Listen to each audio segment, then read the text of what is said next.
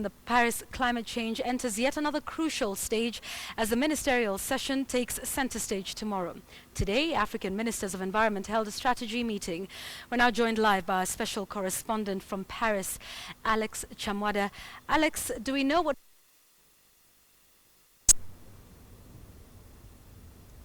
Actually, at the meeting of the African Group of Negotiators, and remember, the chair of the African Group of Negotiators is South Sudan, they were getting a brief on what its latest, as far as the draft document that was released yesterday is concerned. So that group was meeting the African ministers in charge of environment and related fields. And so far, what we are gathering is that nothing tangible yet. And remember yesterday when I had a one-on-one with the Cabinet Secretary for Environment and Natural Resources, Professor Judy Wakungu, she said, quote, that there were many brackets, meaning they were yet to reach any tangible conclusions. The feeling is that the spirit exhibited by the heads of state and government at the opening of this conference is not being carried forward to the negotiating tables. I know there are many aspects that are being discussed where agreement has to be reached on, from food security issues, issues of forests, issues of adaptation and financing. So they feel that the document is not yet, reflecting the spirit of the heads of state and government, Yvonne.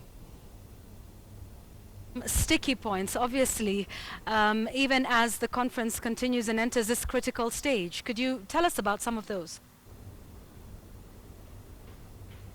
Yeah, speaking about the sticking points, Yvonne, the developing nations are looking for three issues. One, financing, that because they are not quite responsible for the global warming, that they should be compensated, that there should be more resources pumped into their countries, into their nations, to enable their people to handle the consequences of global warming, which goes to, trickles down to, areas like farming, how to enhance capacity building, use of green energy for their people to be able to, to adapt to the consequences of global warming.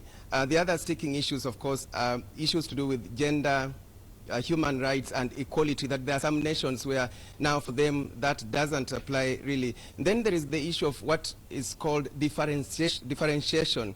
Here, for example, who is a developed country, what's the role of the developed countries, the industrialized countries versus developing countries. And then there are those that fall under least developed countries. So if there is any assistance going to least developed countries, that kind of categorization is quite a sticky issue here. Who falls where?